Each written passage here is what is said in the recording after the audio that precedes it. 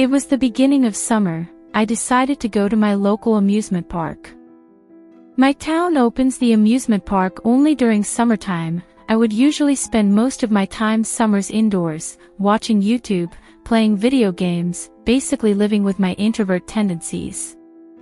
I was never the type of outgoing but decided to make at least some friends this year, or at least attempt to. It was around the evening time and I remember taking the bus alone. When I finally arrived and remember seeing how high the rides were, every time I look at those rides it fears me as I remember the scenes from the movie Final Destination where the freak accidents occur. I am personally afraid of, so I would always avoid going on those tall rides. As the night went on, I played a few carnival games but would always come out empty-handed. Maybe I was just bad at the monotonous fair games and was better off playing video games at home. At least there's something I'm good at, but decided to test my luck. After all my unsuccessful tries to win the prizes, there was this one game that caught my eye. It was an old dusty-looking machine isolated to a corner of the park. It looked like one of those fortune teller machines that you would see in arcades. The game didn't draw much attention from the fair, so I decided to check it out myself. The game was called Psychic Clown and had a creepy-looking clown inside. Sort of looked too real for my liking, to be honest. I also noticed the game cost $2 per try, so I put whatever spare change I had into the slot and pressed the start button, and the clown began talking. It said, "Ask me a yes or no question to uncover the truth and then press the start button." So I asked the clown, "Will I get a girlfriend by the end of the year?" and hit the start button, and the clown began to move and started laughing disturbingly and then eventually said the word "no."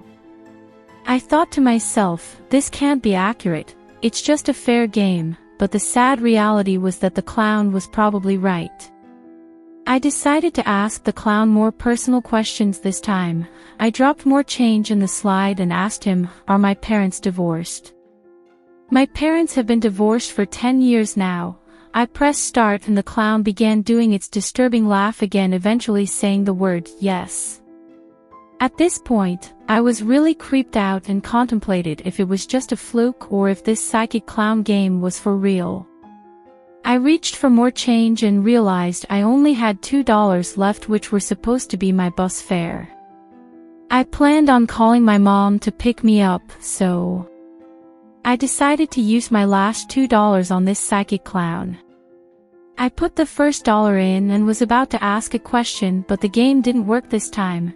I banged it a couple of times and the clown began to laugh again, but this time it seemed like it was malfunctioning. It began laughing uncontrollably and started jerking its body back and forth, just vigorously. The movements were so vigorous to the point where the clown started banging his head against the glass, causing it to crack. This caused me to have a flight or fight reaction while others laughed at me. I found the whole ordeal quite disturbing. I assumed it was some sort of glitch, so I decided to use my last dollar on one more question. The last question I asked the clown is, "Will my mom pick me up from the fair tonight?" Again the clown begins to do its creepy laugh and says the word "no." The next part of the story is what sends chills down my spine. I get a call from my mom right after the clown says "no." I pick up the phone and my mom asks me if I'm on my way home. I ask her to pick me up and she says, "Yes, I will," and the call abruptly cuts off. I figured my phone had poor signal, so I didn't bother to call her back. I assumed that she was on her way to pick me up. At this point I realized that the clown's revelation was wrong, as I thought my mom was on her way to pick me up. I head to the exit of the fair to wait for my mom to arrive. A few minutes then turned to an hour. I dialed my mom's number again and was sent straight to voicemail. I repeat this 10 more times to no success and also leave a text message asking, "Where are you?" but I didn't get a response. I then called my stepdad. He answered the phone and asked me if I was on my way home. I tell him I've been trying to get a hold of my mom for the past 2 hours. I can hear the sheer panic in my stepdad's voice as he tells me he will get my cousin to pick me up instead.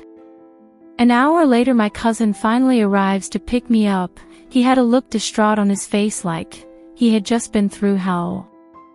I asked him if he knows where my mom is and why my stepdad didn't come to pick me up. What he said next turned my stomach into a million knots.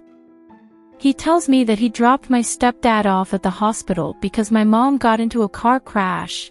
I panic and tell my cousin to take me to the hospital. When I arrived, I learned that my mother was pronounced dead due to her injuries. It's been a year since my mom passed away, and I was calling and texting her while I was driving, always wondering if I was the cause of her death. My other theory is that it might have something to do with that psychic clown. A small part of me thinks the psychic clown played a role in my mom's death, but would never be sure.